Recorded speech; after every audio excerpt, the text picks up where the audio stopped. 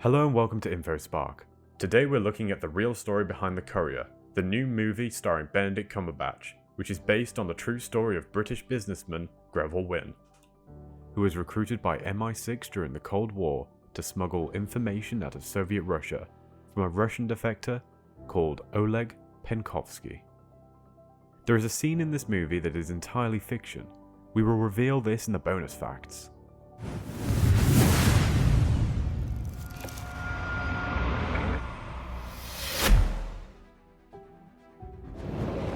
Greville Wynne was a businessman whose job consisted of forging deals between different businesses. He would accomplish this by meeting high-up employees or owners of businesses and getting them to like him in order to form business relationships between their company and the ones that he represented. Oleg Penkovsky was a Soviet military intelligence colonel and a member of the Soviet Committee for Scientific Research. His position meant that he had access to high-level top-secret information on the ongoings of the Soviet government. The plan was simple. The 12th of August 1960, Penkovsky made contact with the CIA and MI6 by handing information over to some American students in order to let them know that he wished to share information with them about the ongoings within Soviet Russia. Once the CIA and MI6 were aware of Penkovsky as a credible source of confidential information, they contacted Greville Wynne in order to have him travel to Soviet Russia as a businessman to open up a gateway to Western industries for the Russians. He would travel between the two countries and bring back classified documents to give to the intelligence agencies. And so began one of the most important courier jobs in history. Over a series of trips between Russia and England, Wynne successfully managed to smuggle out many photographs of classified documents, which mainly pertained to the Soviets' nuclear missile program. Over the 2 years that they worked together, Wynne and Penkovsky developed a closer friendship, meeting each other's families. This friendship was explained to the Russians as being due to Wynne operating as a salesman of Western trade information to the Russians. He was selling them the Western secrets. This was something that he was told to do in order to keep up his cover story. His position allowed Penkovsky to get Wynne through customs without checks or searches, which allowed him to leave the country by plane without his briefcase being checked, which was fortunate given that he was leaving with folders filled with sensitive documents and pictures.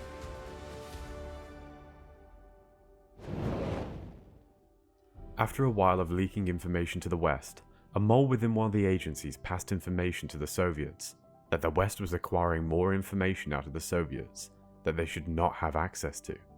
This spurred on internal investigations by the KGB to try and find the leak of the information. The most important information that was successfully leaked to the West was that the Soviets were placing nukes in Cuba in order to be able to strike the mainland US. This started the Cuban Missile Crisis, which started a massive escalation that had the world closer to nuclear war than it had ever been. To regard any nuclear missile launched from Cuba against any nation in the Western Hemisphere as an attack by the Soviet Union on the United States. The end of the Cuban Missile Crisis eventually led to the hotline being established between the White House and the Kremlin, which overall led to better relations between the two nations and eased tensions around the world. Before that though, the KGB were getting closer to discovering the source that was leaking the information to the West, as Wynne came under more and more suspicion, as did Penkovsky. On the 28th of October 1962, a plan was undertaken by the CIA and Wynne in order to smuggle Penkovsky and his family out of Russia. Unfortunately, the plan was discovered by the KGB and failed, leading to both Wynne and Penkovsky being taken into custody. Throughout incarceration, both Penkovsky and Wynne maintained the story that Wynne had no idea what he was taking out of Russia. It took 18 months and the trade of a Russian spy in exchange for Wynne to finally be released from prison and sent back to the United Kingdom. Unfortunately, Penkovsky was not so lucky. He was executed for treason and never knew that the near 5,000 documents that he leaked to the West were responsible for the de-escalation of tensions between the West and Russia and possibly helped to prevent nuclear war. He was heralded as the most important Soviet source of information ever recruited by the West. And now let's get into some bonus facts. Please note that some of these facts may contain spoilers for the movie, The Courier. In the movie, the meeting between Oleg and Greville during the prison sentence is fictional.